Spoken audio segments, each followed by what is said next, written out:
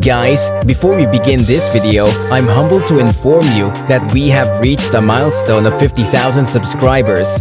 Words can't even begin to express the gratitude and appreciation I have for each and every one of my subscribers. No, seriously, you guys are dope. I'm honored and grateful.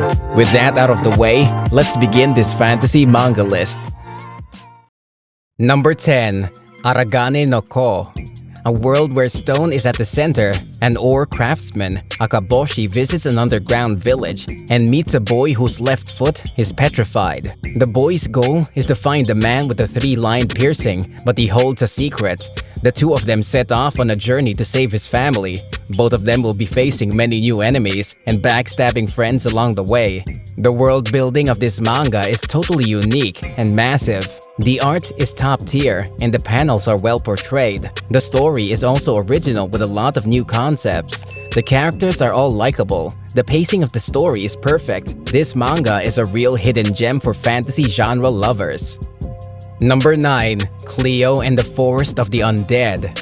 The Forest of the Undead is a place where people live their lives by using the mysterious sacred trees that tower there. However, there are terrifying beings called the Keepers who reign over the forest. This is an epic fantasy adventure that revolves around Cleo, the daughter of a feudal lord who challenges the forest, and Joker, a magic artisan. This fantasy manga is quite unique in terms of world building.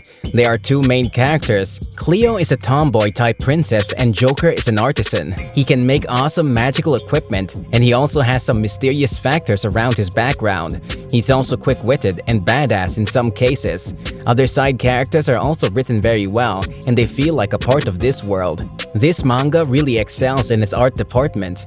The art is very clean and clear, which makes it even more suitable to beginner-level manga readers. The fight scenes are also portrayed very well. This manga is highly recommended for fantasy genre fans. Number 8. The Hunter's Guild, Red Hood. In an isolated hamlet lives a boy named Velo, who wants nothing more than to protect his beloved neighbors from the werewolf terrorizing the town. But even the town's mayor, its most skilled huntsman, is unable to handle the situation on his own anymore. In a desperate attempt to save his people, the mayor hires the Hunter's Guild to exterminate the werewolf. But after the mayor bankrupts himself into affording the guild's services, Velo and the citizens are disappointed when a little girl in a red hood named Grim shows up instead of the big, strong hunter they were expecting. Velo is skeptical of Grim's ability to handle the werewolf. This manga tricks you into thinking that this is just another fantasy manga. In reality, it's a very unique and out-of-the-box plot for a fantasy genre. The main character, Velo, starts off his journey normally like mostly other protagonists from fantasy mangas, but he gets involved in a rather complicated chosen one-type plot. The story of this manga is very amazing, including the characters, art, and the world building.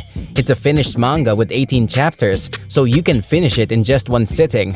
The only problem you can find with this manga is that the ending feels very rushed, which is a bummer. Number 7. The Negative Hero and the Chief of the Demon Army. What happens when the hero arrives at the castle of the king of the demons and knows that they wouldn't be able to defeat it? She cries and is comforted by the demon king himself. After that, the demon king lets her live with them inside his castle. This is a more of a slice-of-life type manga, only targeted at shoujo audiences. The art is normal for a slice of life, and chapters are very short. Characters are your usual demon lord and his minions. Only read this if you want a slice-of-life fantasy manga set in the demon king castle. Number 6. Suicide Girl. Our main character has suicidal tendencies because of her friend's death. She joins a suicide cafe where people go to commit mass suicide, but it turns out this cafe helps those people who want to commit suicide by killing a demon called Phobia, who is responsible for most of the suicidal cases. She joins the cafe owner in her quest to rid the world of these monsters called Phobia. The overall premise of this manga is good, but the execution is too girly. The MC is also a dumb twerp, so that's also a bummer. The side characters are also mostly the same. The art is good, but it becomes confusing during fight scenes. This manhwa is only recommended for shoujo audience. Number 5. Sugar Dark.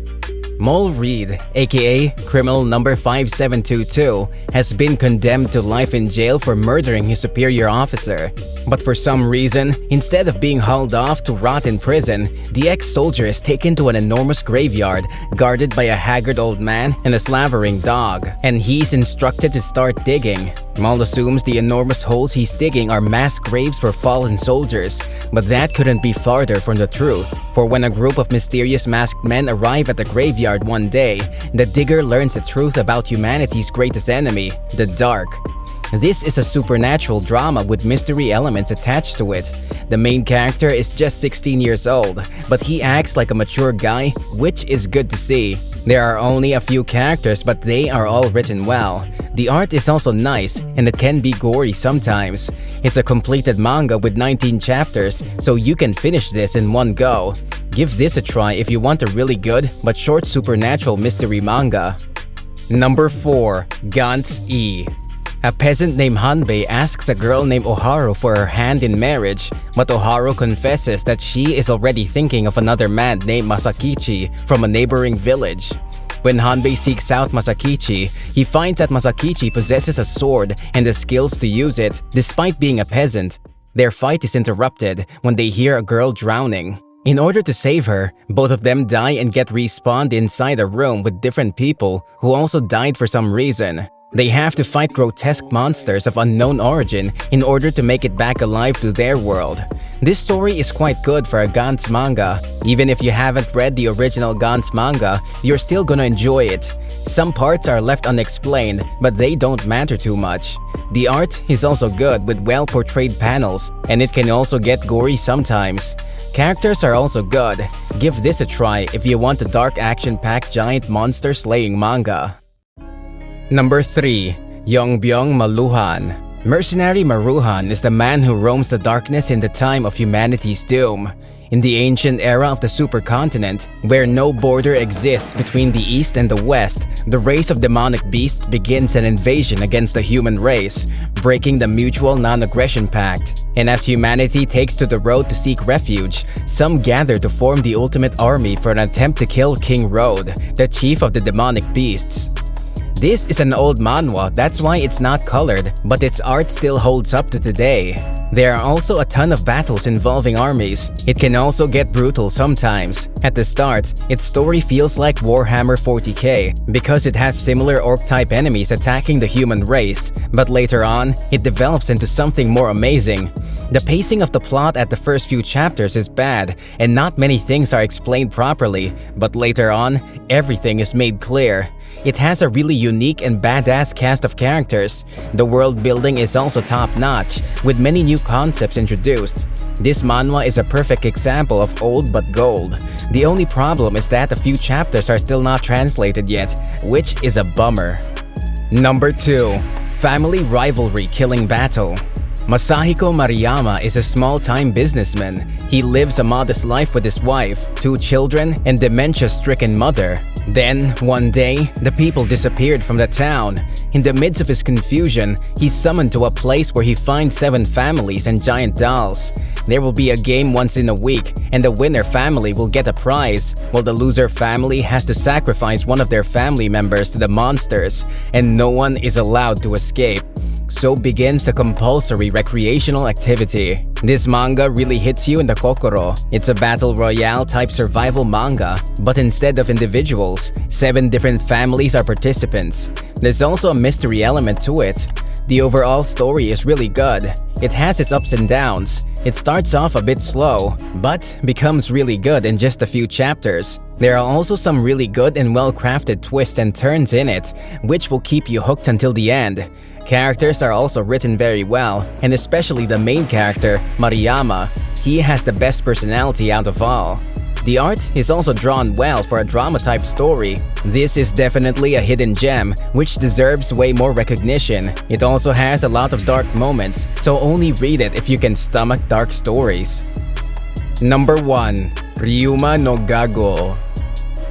In a world where humanity has turned into prey against the so-called white-skinned creatures, one legendary figure known simply as Ryuma continues to give hope to this post-apocalyptic society. This individual has many faces and descriptions, but his or her legend has lived continuously in the hearts and minds of the people for half a century. No one knows where this legend started or who started it.